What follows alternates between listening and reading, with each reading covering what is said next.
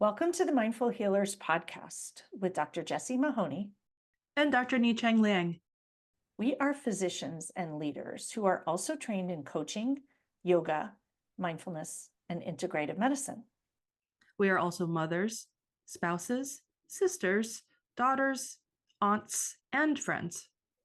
In this podcast, we share candid, heart-centered, loving, science-based, thoughtful, and often fun conversations about the challenges life throws at us.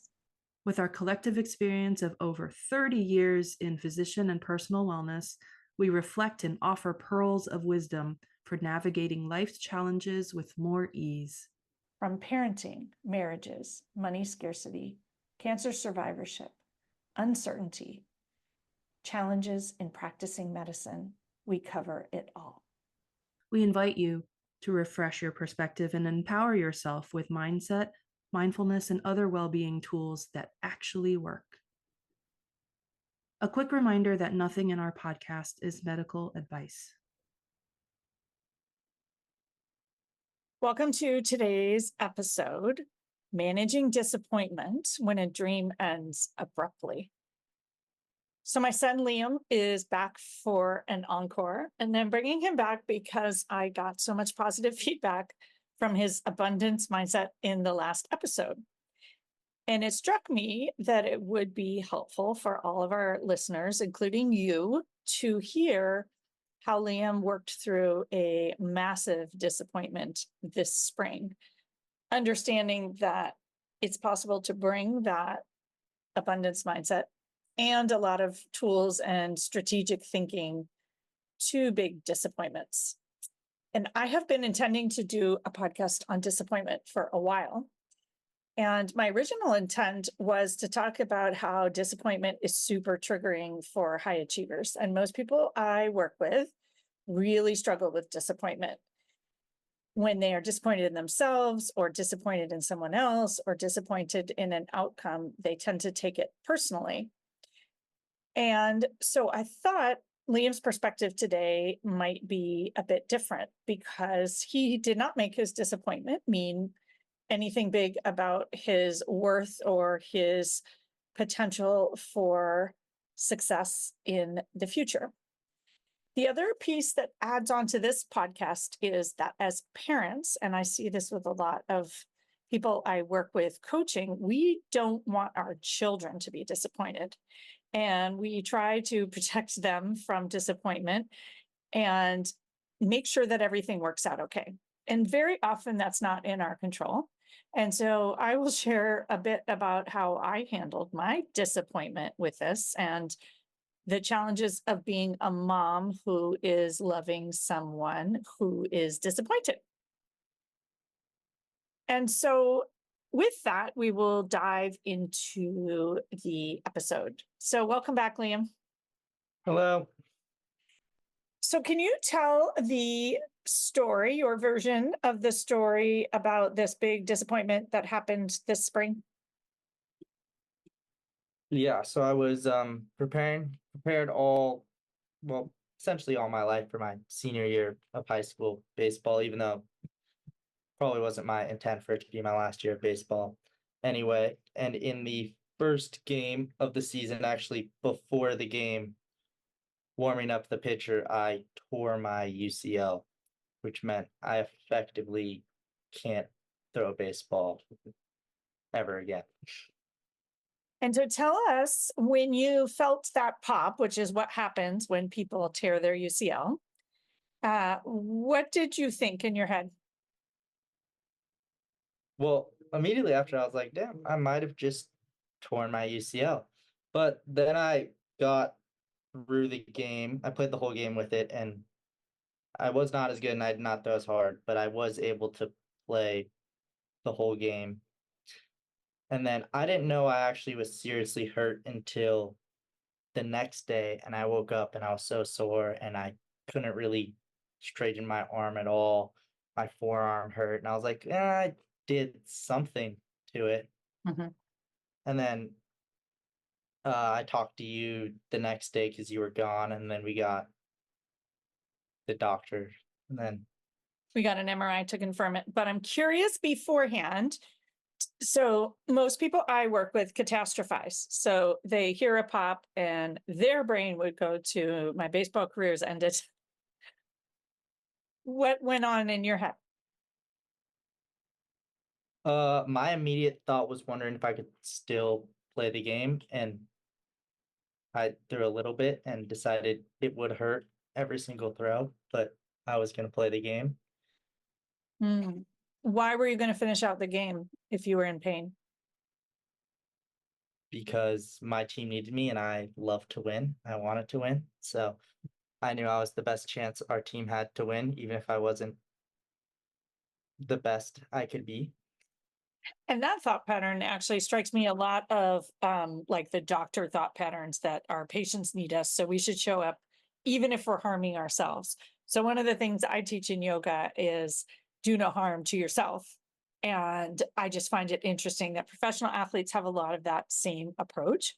And actually, professional athletes have coaches to help them work through that approach and make sure they do no permanent harm when possible. So what ultimately happened, and I'll give this synopsis, is Liam had an MRI that showed a very significant tear of his UCL, which suggested that his baseball career or throwing a baseball career was over. And we sought out a second opinion because this was Liam's dream. And I will say, as parents, our approach was we wanted to make sure that we played it out, that we made sure that Liam knew that we had done everything we could and we hadn't given up too early, and that you felt like you had given it your best shot. If there was anything that could be done, you would do it. And I think at the same time, we had quite a lot of family conversations about when would we do surgery? When would you do at least a year of rehab, reattaching your arm, putting it back together, whether that was worth it, what that would mean as a senior in high school, and what that would mean as a freshman in college, and what the value of being able to participate in the team over the spring was, as maybe a designated hitter who couldn't throw a ball at all, but who maybe could hit with some rehab. Do you want to share what you decided to do and how that came to pass? Yeah, so originally I just wanted to know as much as I could because I think the first problem to solving a problem is identifying the problem. So I wanted as much information as I could to see if the problem could be solved. So we got a second opinion. And it was also very dependent because I was maybe going to be able to play baseball at some schools, but like I went to UC Berkeley and I was not going to be good enough to play baseball at UC Berkeley regardless. So I was waiting for that. And there was like a month period where we didn't know where I was going to college. So it made sense to do nothing and just rehab and try to hit. And I would say for like the first 3 or 4 weeks when I couldn't do anything, or the first few days after I found out I was hurt, I was pretty down on myself. But that was also mostly because I wasn't able to do anything. Like I was having to go home and sit with ice on my elbow for 3 hours. Were you down on yourself or annoyed, or we often talk in coaching about resisting reality, or were you just frustrated at the reality? Um, I would say I was sad with the situation that had Okay. occurred. I Well, let's preface this out. Slade and Owen both had torn their UCL before, and that's how their baseball careers ended. So So you knew how this had played out. I was always aware that my baseball career could and maybe would end in a similar fashion. So Pause for a second then. Why, if you knew that, and your parents knew that too, and your parents actually encouraged you to be a snowboarder or a surfer, knowing that we had a genetic predisposition to this, what made you pursue this dream anyway?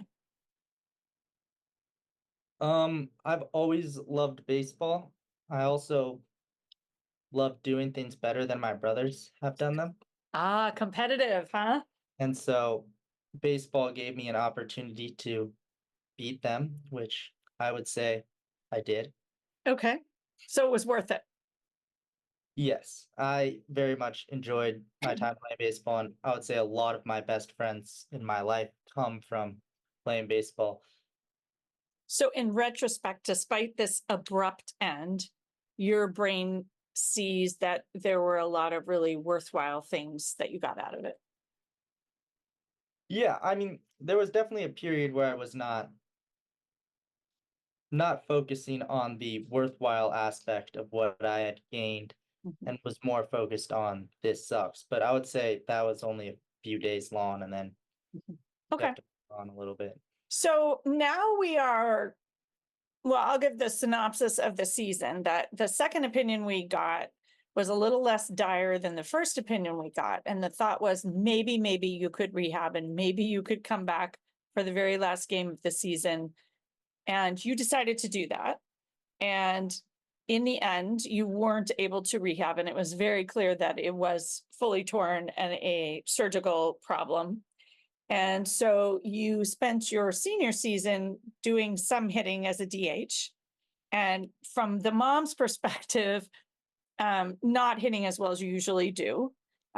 It was sort of a chance to play, and you might still have been one of the best hitters in the league, but not to Liam status. And so, what was that like? Choosing to stay being a part of it, but not getting to have the role that you usually had. It was a very interesting experience because I would say my favorite part of baseball has always been catching, Mhm.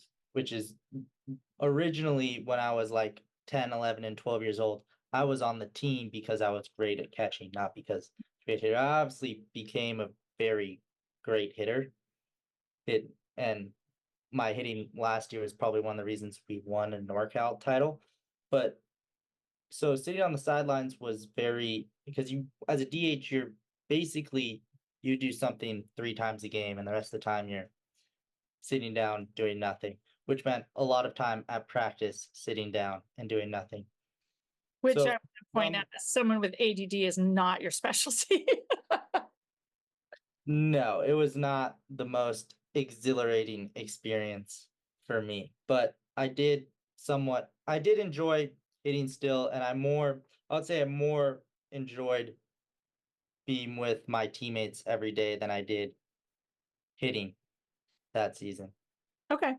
So, do you think what was your intentional approach to that? Was it to make the best of it? Was it to focus on what was good?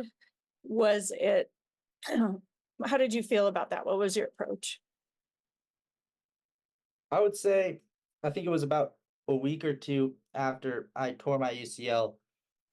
I was writing in my journal and I was writing about I was sad. My season was over. My career after high school was done because I can't throw. And I was down on myself. But at some point during and writing, which one of those things they say about writing is when you actually write your thoughts down, you have to think slower and you often take out a lot of the irrational thoughts that you would if you're just thinking in your head. At some point, I realized that I could either sit around and be sad about it and be depressed and not be happy, or I could try to make the best of every situation I could be. I try to be the best hitter I could be. I try to be the best teammate I could be. I could try to be the best leader, best person I could be, regardless of if I was hurt or not. Okay. And so now we are 5 months later, and that season has ended, and you've graduated from high school, and you know where you're going to college. And yet you've had this experience where something you dreamed of for 10 years has now abruptly ended. And it strikes me that you've had to figure out how to redefine yourself. And for so many of us, I think we have these abrupt ends to dreams, whether it's not getting into medical school or whether it's a job that you loved ending or a marriage that you wanted ending. So what tools have you used to transition well? I would say I took the mindset to it that it is not to not think about what could have been or what should have been or what I deserved, whether I deserved to be playing baseball still, but what is? I can't throw a baseball.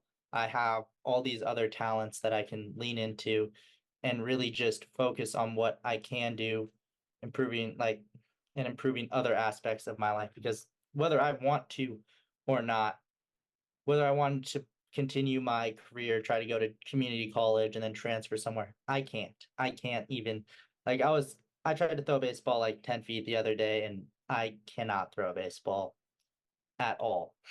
Mhm. So what was the learning in it for you? I would say I had to learn what I liked to do besides baseball, and a lot of that was going back to what I did before I was so one-dimensionally focused on baseball, because I spent probably 90% of my free time throughout high school playing baseball or practicing or lifting or doing something baseball related. So figuring out what I actually liked to do besides baseball was one of the challenges for me. And then just trying to help my teammates, whether it was the sophomore who went in to catch for me instead, or helping people with hitting as much as I could. And I'm wondering, as the mom who thought the right thing to do as a mom was to constantly tell you when you were, as you said, unilaterally focused on this single dream, your dad and I would always say, oh, you should have a backup plan. What if it doesn't work? And I would say you never listened to us. And you thought that you, in fact, said having a backup plan was not helpful because that meant that you thought it might not work. And yet I see you pivoting to a backup plan in the end. So I'm curious about your thoughts about that, because I was raised, you have a backup plan, and your approach was completely different. I think the idea of having a plan B does not truly allow you to go all in on plan A. And so if you truly want to achieve something great, you truly want to play college baseball, or you truly want to be a super successful person, you can't be splitting your energies. You can't be giving it anything but your 100%. And so if you're planning to have a plan B, which is I think one of the reasons I wasn't quite as successful at baseball as I wanted, is I was still trying to create a plan B, which you guys wanted, which was doing super great in school. And it kind of gives you, it's like, I heard a saying that it's like trying is saying you're willing to fail. Hmm. So having that plan B is saying you're willing to fail at this and you're willing to not make it. Do you think studying is actually a plan B, or maybe? Well, I didn't study very much anyway, but Okay, fair enough. Fair enough. And so I like to think about it as a parent is like, what is in my control? And so I actually knew there was a chance this would happen to you, since it happened to both your brothers. And we've since learned it happened to your grandfather too, who was a pitcher at Stanford and had a dead arm, which is probably the same thing. But what was in my control was to suggest you pick a different sport, which you didn't listen to, suggest you have a backup plan, which you didn't listen to. There's a message here. All my suggesting did nothing except make me feel good. I still feel good that I suggested those things. And I don't think I would have been at peace with myself if I hadn't. But I like to think so. All I can do is focus on what's in my control, and not saying I told you so is in my control. I think probably, and you can tell me if I'm wrong, that I let you be sad and wallow in it a little bit, and you didn't actually stay there very long. And then perhaps what I model and what I expect when something like this happened. You mentioned to me that in our family, the expectation is, well, if it doesn't work out, you just find something else to do. And that has actually been helpful to you. I would say you did let me be sad as long as I wanted to, and you weren't going to push me out of that. But the way our family works and the way you work is basically everyone just goes back to what they're doing. And there's this other saying that no one cares about your failures and no one cares about your disappointments as much as you do. Mhm. And I think it's because they're much more rational, because they're much less emotionally tied to it. So, yeah, it's probably okay to be sad in the first few days. And everyone was sad with me, my coaches giving me hugs, telling me how I'm still important, telling me how sad they are for me. And I, quite frankly, didn't like it when people were telling me they were feeling sad for me. I'm like, well, that doesn't really do anything for me, to be quite honest. Mhm. Like, it's great to know that you care, and I appreciate that you care, but this sadness is not going to reattach my elbow. Though I do think that it's interesting information that when you have a dream as an individual, there's usually lots of people around you who are also invested in that dream. Your parents were invested in that dream. Your grandfather was invested in that dream. Your coaches were invested in that dream. Your teammates were invested in that dream. Yeah, I mean, it's very hard to do anything hard in life by yourself. Yeah. And like there's this whole idea with it's the reason why you need friends to be successful. It's called the Solomon effect, which it basically says other people are better at dealing with your problems than you are. And so if you don't have any friends in life, if you don't have anyone who's giving you advice, you're going to end up making worse decisions and worse decisions over the long term. And eventually you're going to be in a worse spot regardless. So seeing my coaches, my head coach was probably the most sad person out of everyone. He was Mhm. super sad. Like one of my good friends who was our star pitcher was super sad. He was telling me, he's like, this isn't fair. And I'm like, yeah, it's probably not fair. I probably didn't deserve to do my UCL. I did all the arm care. I did all the things to prevent it from happening, and it still did. And it is what it is at the end of the day. There's nothing you can do Yeah. to change Tell it. me your thoughts about deserving, because you've shared these with me before, and I think they're really interesting. Specifically, how your thoughts about them keep you out of victimhood, which is what many, many people go to when they have something very disappointing happen. My idea on deserving is no one deserves anything. You And can work for something and you can increase your likelihood of that happening, but you don't deserve anything to happen to you. And the idea that you deserve it doesn't help anyone. You yeah, can put in the work and you can do what you would and you can say you deserve it and you didn't get it, but great. You don't have it and you are where you are, whether you deserve it or not. because you worked harder than anybody I know for this dream. And so it's interesting that you, of all people, don't think you deserve it, because as your mom, I would say you did deserve to succeed, because you literally got up at 5 a.m. and worked at this dream for 10 years. And I don't know anybody else, even your brothers, who did that. Yeah, I mean, you can work really hard. I mean, if I deserved it, I would have got it. Well, I would have it's not about deserving, as you said. So tell me now, what thoughts are you using to move forward? In particular, it strikes me that you have other dreams that maybe you're pivoting to now, because you're a dream pursuer. You're a high achiever who has always got something in mind. That's how you move through the world. How do you approach those, given that there might be abrupt ends to those as well?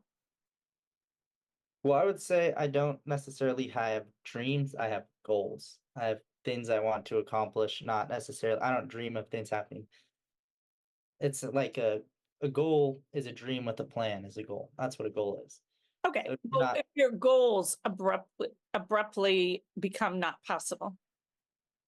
I will figure out if there's anything I can do to reach my goal, if there's anything within my control. And then if there isn't, I'm not going to spend hours, I'm not going to waste my precious time on earth thinking about things I can't control. So you are going to focus on what you can control. Yes. Okay.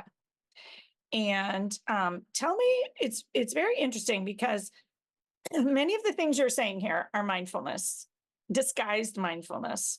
And I think many people think that young adults, especially young adult males, are not particularly mindful. But what I'm hearing you say is it is what it is. Can't change the present, being in the moment, figuring out what to do in this moment, and letting go of the past is your strategy. Yeah, and I would say that the prevalence of like mindfulness in young adult males, most like I know a bunch of people who do mindfulness who are my age and who are young adults, but we don't really talk about it as much as everyone else It's does. just a way of moving through the world. Yeah, it's just you either focus on what you can control or you can sit around thinking about things you can't control. Well, that strikes me as strategy. Maybe. Yeah. What other strategies are you bringing to this moment? Because this summer, I will say, is probably not played out as you thought. Your original intent was to be getting ready to play college baseball. And now you have a bit of this gap where you maybe don't have a new defined goal and you're about to begin this new period in life. And you've had this abrupt end to something that you spent literally 20 hours of every day working on. Even your sleep schedule was set to maximize your potential as a baseball player. Yes. Well, I'll say my sleep schedule stayed most of the same. I still make sure I get my 8 hours of sleep. I would say there has been days where I have been more down because I don't really know where I'm going, or I feel like I lack Mhm. purpose or direction. I can't see where my actions are going as much. But that's also, it's better for me to feel that way than to be still working on things. But if you work on something towards the wrong goal, you're doing the same thing as nothing at all. So I don't know exactly what I want to do, but I'm trying to focus on things that I know I like to do and I know will help me with whatever I do want to do. And do you see this time period as a bit of a pause, like a pause and a reset, or? I don't want to say it's a pause because I don't think you get very long here on Earth, so I don't want to take a pause in my life. I Remember, don't your want to mom's wait. business is pause and present, so maybe you should take a pause. Well, I think your pause and presence is much more momentary pause and a momentary pause of worrying about the past, worrying what's going to happen in the future, and Yeah. focusing on the present. Okay. I don't want to sit here and waste 2 months. If I live 100 years, I only live 1,200 months. Okay. I want to So waste two of those what are months you, around here pausing. in the face of this abrupt change in plans? What is your strategy for this next 2 months? I'm going to focus on learning things that I find interesting. I'm going to focus on building my relationships up with my friends and my parents and trying to get in the best place possible to succeed with whatever I want to do when I do start college. And I love that. And I actually have seen you consciously working on that. And one thing I'll say is that parent watching someone work through disappointment and watching them sort of redefine themselves is giving you this space to figure out. None of those were on my agenda of what you should do.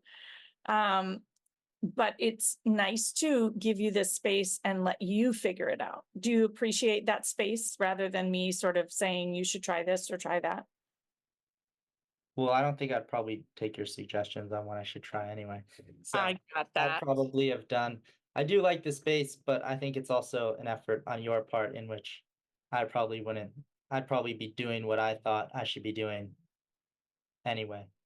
Okay. So let's pivot a little bit because two of the things you are doing is helping me with my marketing and helping me with the Nicasio property to get it ready for retreats. Hmm. How do those two projects fit in line with your plans? Well, the marketing, and I would say for the like manual labor aspect and landscaping wise, they don't really fit in my plans at all of what I want to do in the future. But I do doing manual labor work like that, there's a lot of like I've been listening to podcasts all day, Mhm. and now I've learned a bunch of new interesting things that most people don't know about. And it's also very mindfulness. And you can see the one thing I do like about doing the landscaping manual labor is you can see the fruits of your labor. You can see what's actually happening because you did it. Yeah. And on the marketing side, it gives me a whole new way to see how businesses actually work. You can think you know how businesses work, you can think you know how ads work, you can think you know how Instagram works, but you don't actually know it until you're doing it. Okay. And What do you think, since you are now the marketing intern, we'll call you for Pause and Presence, what do you think this property and place and or what I do as a coach, how does it help the world? How does it help the people who work with me? I realize I'm totally putting you on the spot here, but fun.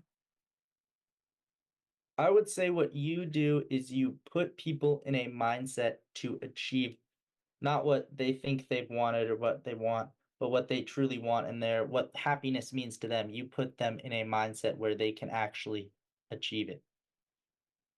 Yeah. And how do you think I help people move through disappointments? I'm not exactly sure. My guess is you don't let them get too down on themselves and don't let Well, them. I'm thinking all the things that you said about disappointments and focusing on what's in your control and letting go of what's in the past and choosing a strategic action going forward that's maybe not dramatic and you're not a victim. All those things that you said are many of the things that I think I help people with. And I often say in my line of work, it's really hard to separate your life from your work. And so these are the kinds of things we talk about as a family all the time. So one of the reasons I thought it would be fun to have you come on and share that is that I think you are embodying many of the tools that I share with my clients. I would say the best thing you do, and what I've heard you say a lot, is that you are the author of your own story. You can tell a story where you're the victim or where everything's happening to you, or you can do things yourself and you can write your own story about how great your life is, how happy you are, how much you've already achieved, and how grateful you are that you've achieved that, and what's next for you now. And so how does that come into play right here, right now in your current situation where it might have been a lot easier to tell yourself a great story before you blew out your UCL? How are you telling yourself a good story now? I would say that most people, I think, when they don't live in the present and they don't are not present in their lives and not thinking about the present moment, they think about the past. For me, I've always thought about the future. Mhm. Yeah. So I think, but if I take a step back and I think about the future, I think about what I could achieve, what could happen, and I don't necessarily live in the complete present moment. But I think what telling your own story does is I can sit and think, I'm not playing baseball right now. I'm not where I thought I would be.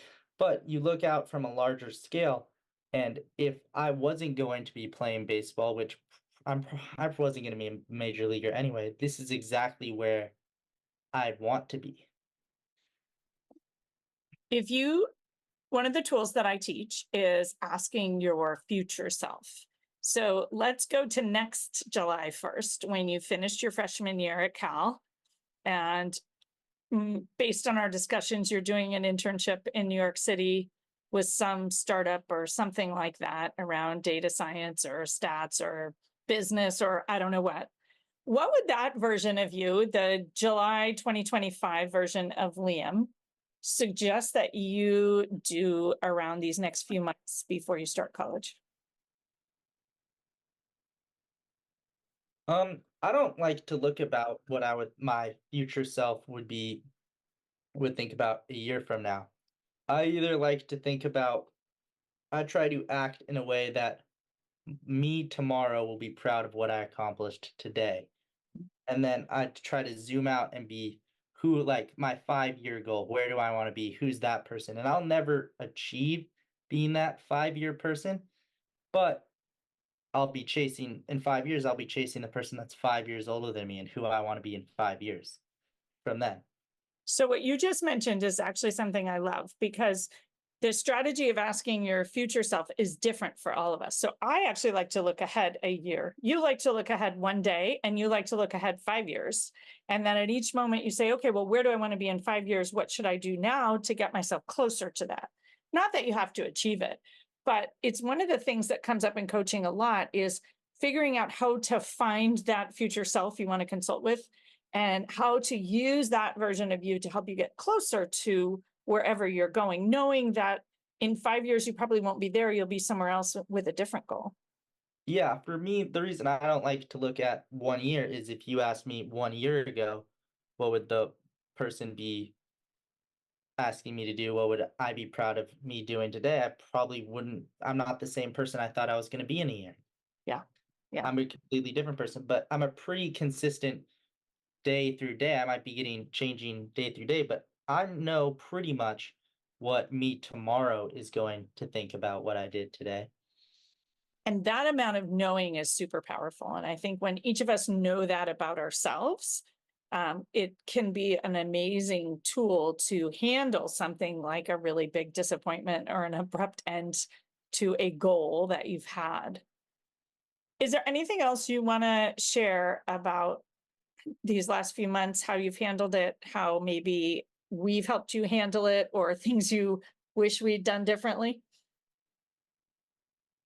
I don't really think I wish you guys did anything differently because I think it was my problem to deal with, and I don't necessarily think anything you guys did, but I think the very aspect of in our house, there's a very much get back to work attitude where no one, like, you were sad a little bit, but you still went to work the next day. You still worked all day, talked for a little bit, go back to work. Everyone's kind of doing their own thing, trying to achieve their own goals, and no one's sitting around feeling sorry for you. Is that helpful that no one's feeling sorry for you? Yeah, people feeling sorry for me makes me feel a little bit uncomfortable, to be honest. Yeah. Okay. Did you feel supported anyway? Like if you needed help, it would be there.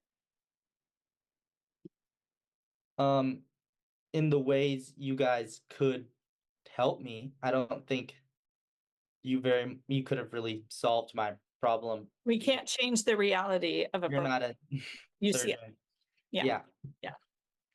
In the ways of if I needed help, if I wanted to talk to you guys were available to talk to me, but there was nothing really anyone or I could have done. Mhm. And so if someone else were facing a big disappointment or an abrupt end to a goal that they thought was something they really wanted, that for whatever reason is not going to happen now, what advice would you give them? I would try to say, I would look and I'd be like, can I do anything to change this outcome? Is it possible for me to do something now? Not is it possible if I did something completely different in the past, but right now, can I do anything to change the outcome? And then if not, realize that you're completely powerless to it and that you can't do anything. So you can focus your efforts on what you can do instead of trying to change something you can't change. That's a powerful message of focusing on what's in your control. And I would say for many people who listen to this podcast, medicine is totally out of control. And the way that their clinics and hospitals are working are totally out of control. Or if they're amidst a lawsuit, it's out of control, or so many things out of their control. And so focusing on what you can change and focusing what is in your control from an empowered standpoint is a really, really useful tool. The other thing you mentioned there, which we haven't touched on today, is this idea of, I will call it from the coaching standpoint, having your own back. And as you said, I'm not going to look back and wish I had trained differently, or I'm not going to look back and wish I'd listened to my mom and become, a Olympic snowboarder. I made my choice and I'm proud of it and I'm happy and I played it out to the degree that I could, and I will go from here. Does that feel true that you are someone that strikes me always has your own back? I would say in aspects of my life and disappointments, I follow that principle better or worse. There are some times where I'm not as good at things and I do wish I did things differently, but I try to not think about it too much because I can't change it. Yeah, you don't wallow or dwell on it. No, I try to focus on what I can change. And if I do try to dwell on it or I try to take back and see what can I learn from that I can use in the future, use now to better handle these situations. And I get a lot of questions from clients about journaling. And I know you're a journaler, and you mentioned that you journaled as you tried to work through this.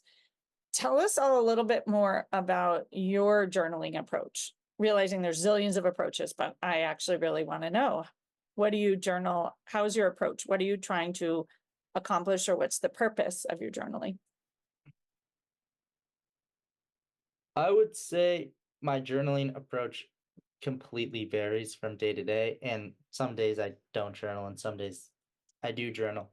What I journal about, like a few days ago, I journaled about everything I learned that day because I wanted to remember it, and writing it down and using recall from what you actually remember already is the best way to restore your memory in the future.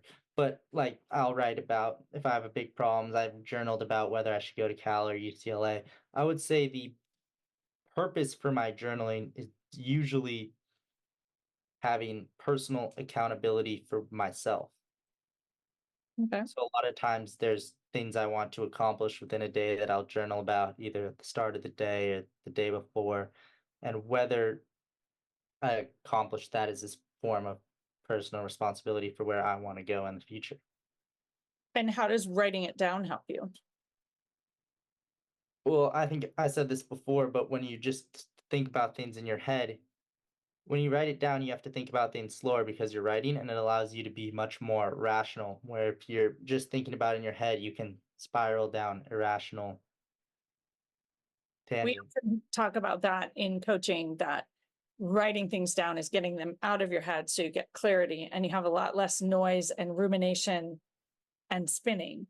And so that sounds like how journaling helps you. Yeah, that sounds right. How do parents get young adults to engage in things like journaling and mindset work if their kids are not interested? I would say the best way to do it is to not tell them to do it, but super successful people who most people who are super successful at their craft do journal. So a person that your child either wants to be or wants to be like is probably journaling. Mhm. And so you could point it out that that might be the method that they achieve where they want to go, is that their idol's doing it. And so Mm. there's this concept of fake it till you make it. You say you want this thing, but you're not going to do what the people who do it do to get there. So are you watching other people and what they do and modeling that in terms of how they approach goals and moving forward in life? Well, I would say I approach goals more from the perspective of I have very long-term goals, and then I try to break that down into systems of what can I accomplish today to help me achieve that goal. I would say I try to build like there's a saying you don't rise to the level of your goals, you fall to the levels of your system. So I try to build the best system I can to achieve my own goals. And it strikes me you're willing to constantly rebuild systems, because you had a whole system for baseball. And then when you tore your UCL, you had to come up with a whole new system for moving through the world.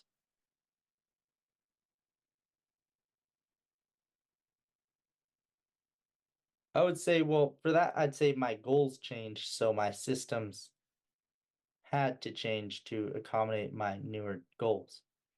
Ah, okay. And how did you make that transition or adapt so quickly?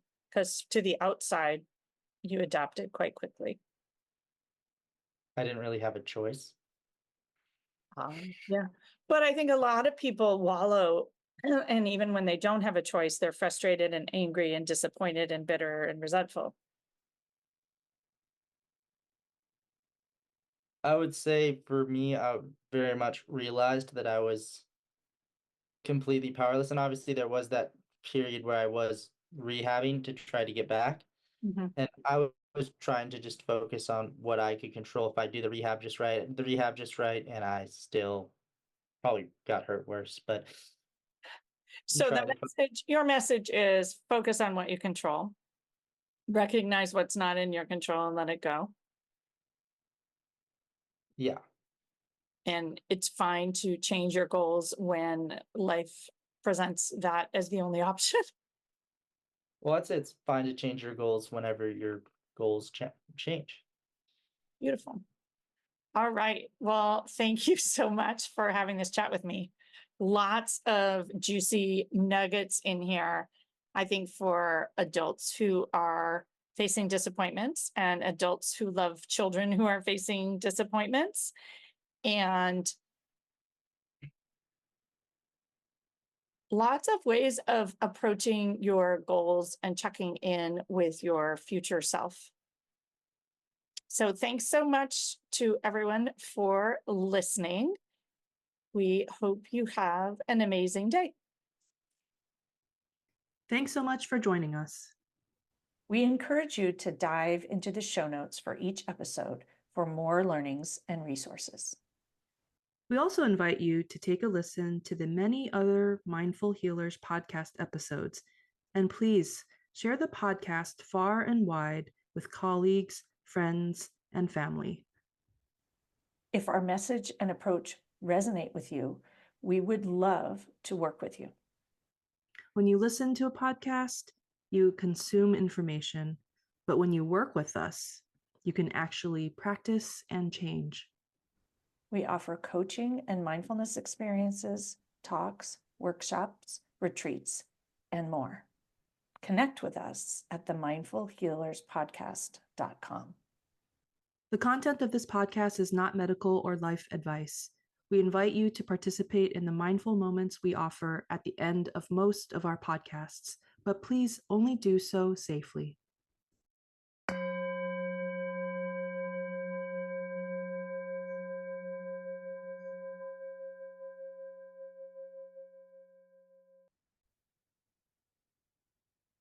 Welcome to today's mindful moment. Today we will sit with disappointment. Taking a moment to drop into your body, allowing yourself to notice how you feel and where you are. And take a moment to consider your relationship with disappointment. When you even hear that word, 14 letters of disappointment, how do you feel? Thinking about something in your life that you are disappointed about right now. Letting it be. What if it's okay to be disappointed? You might be disappointed on behalf of someone else. Maybe you're disappointed about something that happened to a child, a partner, a parent. Maybe you're disappointed in your organization, your bosses. Maybe you're disappointed in yourself. Just connecting with how disappointment feels in your body. Letting it be.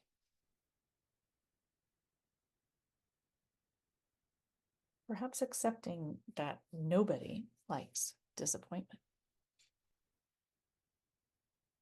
Breathing in long and deep through your nose. And exhale. If it's okay, you can close your eyes or not. Breathing in and breathing out. And you accept that life is full of disappointments. Breathing out resistance to disappointments. And you breathe in the idea that disappointments are learning. Breathe out the heaviness, frustration, and judgment around a disappointment. Breathing in the idea that disappointments in one thing perhaps lead you to a pivot or a different path.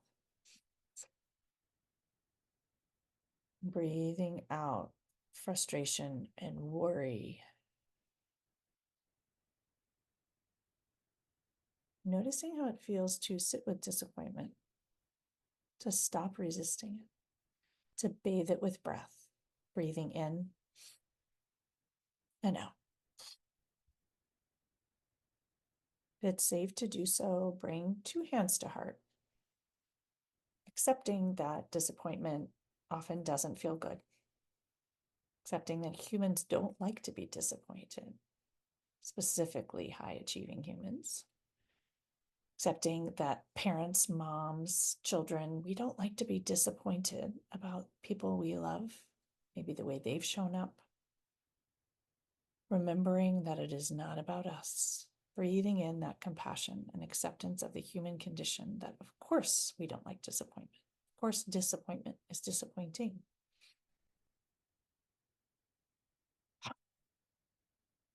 Breathing out. Noticing how you feel after just playing with disappointment. Bathing it with breath, letting it be, noticing your thoughts and feelings about it. My wish for all of you is that when disappointment arises, you play with it, you breathe, you soften, and you see what possibilities might be offered by this thing that is disappointing. Breathing in the idea of information, possibility, and opportunity. Breathing out closed-mindedness, fixed mindset, frustration, resistance. One more big, deep breath. Exhale, let it out. Thank you all for practicing with me today. May you all connect with your relationship to disappointment. May you cultivate a new relationship with disappointment. May you connect with the possibilities and opportunities in disappointment, the learning and the growth. The light in me honors and reflects the resourcefulness in all of you. May you all have a beautiful day ahead. Namaste.